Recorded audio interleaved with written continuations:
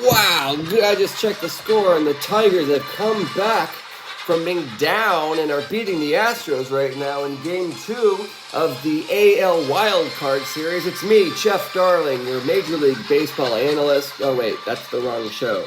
No, Jeff Darling, Week 4 recap, Week 5 preview of Warrenton's finest fantasy football league, although not much fine about my fantasy football in this league, so I'm not really representing Warrenton all that well, although maybe I am, because how great is Warrenton really? It's a pretty good town. I'm not, so okay. Alright, well, let's get on into it, because I got a lot of stuff going on. This is my 8th attempt at doing this video. I've been interrupted by my children. I've had my train derailed as far as my thoughts go. And so let's just try to get through this really quickly, and then I got to get going. I got stuff to do. I've got kids to wipe and hold.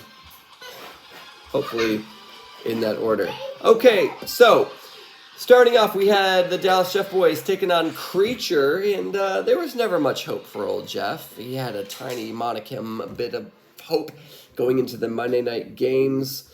Alas, it was not to last. I had a 7-point lead, and Sean, you had 2 dudes left. And if it had been me, if I was you and you were me, then I'd use your body to get to the top, and then you still couldn't stop me. No, but if it had been me needing 7 points from 2 people, I would have lost. At least that's my mentality, and I think that's actually fairly accurate. But no, yours got you about 32 points between the two of them. The defense said, hey, you know what? Would you like to run? Run this way, towards the end zone. Keep going. I'll try to tackle you. Just kidding. Stiff arm me into the grass. And they did a heck of a job. Cowboys looking pretty silly for getting rid of Tony Pollard, because the Cowboys have, I think, probably the worst running game in the NFL. Speaking of worst in the NFL, how about that trade? Malik Neighbors, 18.1 points. You got a concussion. Sean, you do have a lot of letters next to people on your team. You've got, I believe, 2 Qs, 4 O's, and a D. That's a lot. That's a strange alphabet you've got right there. I myself just have 2 Q's and O and an O. So, oh yeah, Jordan Love's a Q. Anyways, my team had no shot. I lost. Moving on. We have Jason taking on my sister, his sister-in-law, and it was close. Now, Hannah, it's very interesting. You need to talk to the rest of your team, because your last person on your team, the last 2 weeks, has tried very hard. In fact, you were down by like 45 points going into Monday night's game, and your one dude, Kenneth Walker, the third, don't forget that, got you 31 points. And so it looks like when you look at the scoreboard that you lost by a modest 10 points. And so you did.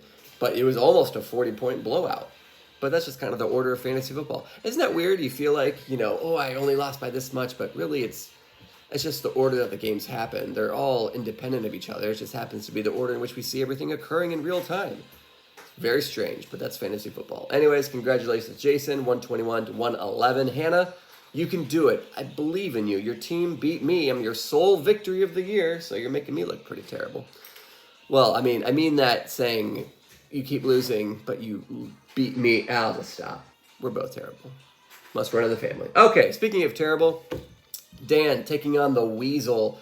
And the Weasel had some really great players on the bench, and he lost 109 to 92. Dan continues to impress scouts everywhere with his undefeated record with his Chat GBT. I guess we got a Chat GP Dan, Chat GBD. Wow, okay, we can just do that. Chat GPD for Dan, D for Dan. Brandon, hand over your name to Dan, because his computer selected team for him is doing quite well this season. 109 to 92, beating the Weasel. Next up, we had Carlos taking on Matt. And Matt, how's your heart, buddy? How's your blood pressure? You've had 2 weeks in which you lost by 0.02 points. Again, the closest margin of defeat / victory I've ever come across in all of my years of fantasy. 0.02. Let that sink in again, folks. And then this week, it came down to the wire. And why are we talking about it? Well, because DK Metcalf fumbled and Carlos fumbled the victory, losing 92.82 to 92.16, losing by 0.66. That is tough. That's a tough way to remain without a victory, Carlos, but we'll see what happens. Matt squeaked one out there, buddy. If only, Carlos, you had played me, you would have beaten me. In fact, every single team in the league would have beat me this week, except for one, and I'm going to talk about him next.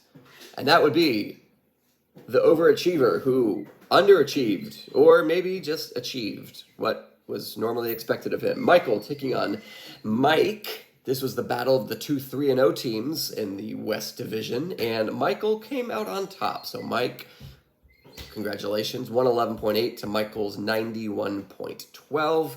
And Derrick Henry, this dude is just, I was curious how he would do in Baltimore, because it's like, well, Lamar runs a lot, he throws a lot, is he going to even get a chance to score? This dude, 10 points, 16 points, 30.9, and then last week, 38.4. He is only, at this scale, he's outscored himself every single week, which I thought with 30.9 points last week would have been hard to do, but 109 rushing yards, 1 touchdown. He is a one-man wrecking crew, and he did a great job. Not much that Michael could have done. Not a lot of points left on the bench. It's odd because your best players are the ones that I probably made fun of you for drafting, Jaden Daniels and Brian Robinson. But those two have turned out to be the majority of your points, Michael. So I guess, guys, we got to get more Washington Commanders players for point production. I did just pick up their kicker, so hopefully that didn't jinx anything. All right, the final matchup of week 4 was Greg taking on Brandon. Greg wins, Brandon loses. Spoiler alert, 114.6 to 99.7. A lot of points on the bench for both teams, and it just, Greg happened to put the right ones together. Kyle Pitts, 0 points. That's a pretty big loss there, Brandon. So that'd have been a bit different. Maybe if you had played Travis Kelce, you still would have lost, because Travis Kelce is washed up, I say. All right, let's take a quick look at the standings. After 4 weeks of play, Dan, undefeated still, 4-0. Sean, 3-1. Jason, 3-1. Greg, 2-2. Matt, 2-2. And I have lost 3 in a row. Very unhappy about that.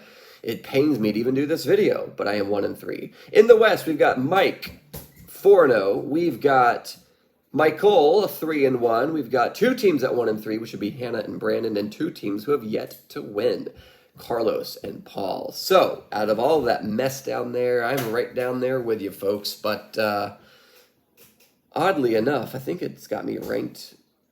Yeah, anyways. All right, so we've got 5 teams that are below 500, and 2 teams at 500, and 5 teams above 500. We have a pretty large league. Okay, let's take a quick look at our Week 5 matchups, and then I need to go feed my children. Okay, we've got the Dallas Jeff boys taking on Dan, who has not lost. Maybe this is my week. Anyways, I'm projected 107.7 to Dan's 101.7. Sounds like a pretty good radio name if you ask me. 101. Okay, next up we have Team Queen taking on Paul. Hannah, here's your chance. Here's your chance. Don't lose to Paul. Don't give him his first win. That would be just your luck. All right, right now, yeah, Paul projected 107 to the Queen's 94.9. Then we've got Sean taking on Jason, a battle of the 3-1s. But is it even? Oh, this is the trade. Let's see if Kelsey or Neighbors comes out on top on this one. Oh, boy, I really just kind of hope. What time does Kelsey play?